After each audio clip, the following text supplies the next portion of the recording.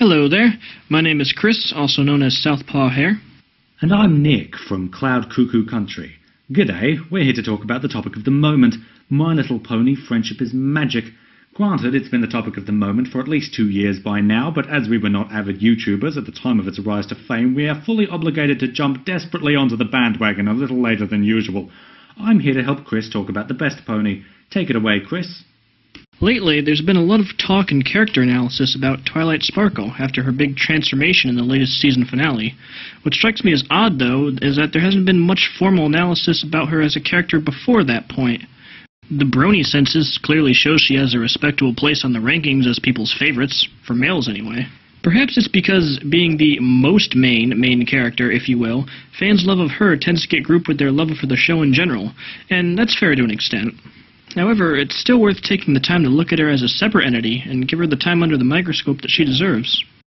Since every brony is more or less either a nerd or a hipster, Twilight probably best represents the kind of person who considers themselves a brony.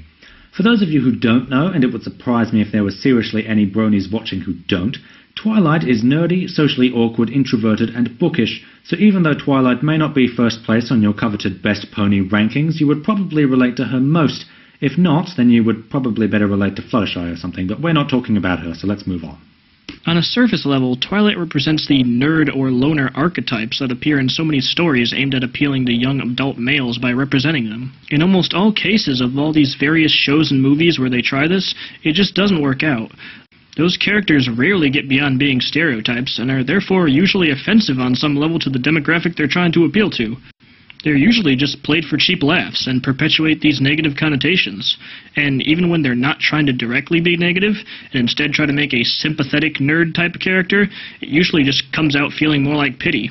Their personality traits are never really seen as good or even okay, they're just tolerable at best and something to be fixed or gotten past. I've harped on Western society for being completely inadequate before on my own channel, and I'm going to do it again here. Western culture is massively anti-intellectual, which is kind of ironic since intellectuals and academics are what brought us into an age where it is possible to demonize intelligence on mass corporate media. Portraying nerds and introverts in a negative light in the media not only creates the idea that these types of people are antisocial and undesirable to be around, but also that these types of people are undesirable to be, and it promotes the idea that a person becomes better for exhibiting traits diametrically opposed to nerdiness and introversion, which is damaging for people who are introverted pathologically, like me. Twilight, however, is represented much differently. She is shown to be introverted, bookish, to have some difficulty in certain social situations, to enjoy quiet time alone, all traits of this stereotype, but she is both more than just those traits, as well as not looked down upon for having them. Beyond just making simple gags at her expense about how socially awkward she is, she's shown to have wonderful, respectable traits as well. A kind heart, a sense of morality, a spirit of courage and heroism. She shows that there's much more beneath the surface of an introverted individual than just knowing overly intellectual trivia or having the awkward inability to say the right thing. As strange as it would sound out of context, I am 100% sincere when I say that this purple talking unicorn is one of the most realistic and human characters I've seen in modern media. You know, 3 years ago, that was a sentence I never thought I'd hear anyone say. Do you have anything else to add? Not at this time, no. Carry on. Not only that, but Twilight's heroic and moral traits don't simply compensate for her other ones, as if those were bad and needed to be outweighed by some good. They're all a part of her, a character who we would all probably agree could be considered a good person or someone worth knowing. And that's where it all comes and hits us introverted cartoon fans hard, isn't it? A lot of us no doubt get subjected to the same sort of stereotypes. We who are the gamers, the anime enthusiasts, the fantasy lovers, pretty much our whole generation's pop culture, which is fairly analogous to Twilight and her books. We're represented in common media, but not how we'd like, not how we think is entirely fair.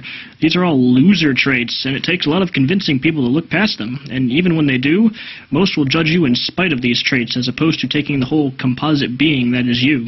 Human beings are set up with this unnerving and useful cognitive ability known as pattern recognition, so characterizing people based on certain traits they exhibit or certain identity labels they choose to wear is understandable on some level, but this is exactly why media identity is so dangerous. If a person doesn't know very many nerds or introverts, then the only cognitive assessment they will have is the one created by the media. So when the media portrays nerds as arrogant social rejects who have failed to shed off their childish cocoon and step into adulthood, it creates a false social norm, which is why Twilight Sparkle as a character is so important. Now there's another line I never thought I'd hear, let alone actually say. In short, Twilight represents a huge message about being yourself, as well as the fantasy a lot of us wish we could fulfill in terms of being accepted while doing so. That we could all be the way that we are without having to abandon our most key personality traits first. Twilight never really stops her introverted tendencies. Yes, she goes from having no friends to having several and appreciating the concept in the pilot, but from there she still tends to keep to herself a lot, and no one tries to change her for it. Rather, they accept her all the same. Sure, Rainbow Dash might poke fun at her from time to time, but even that was somewhat outgrown throughout the seasons. Twilight is everything we want to be, everything that we already are, and also loved for it.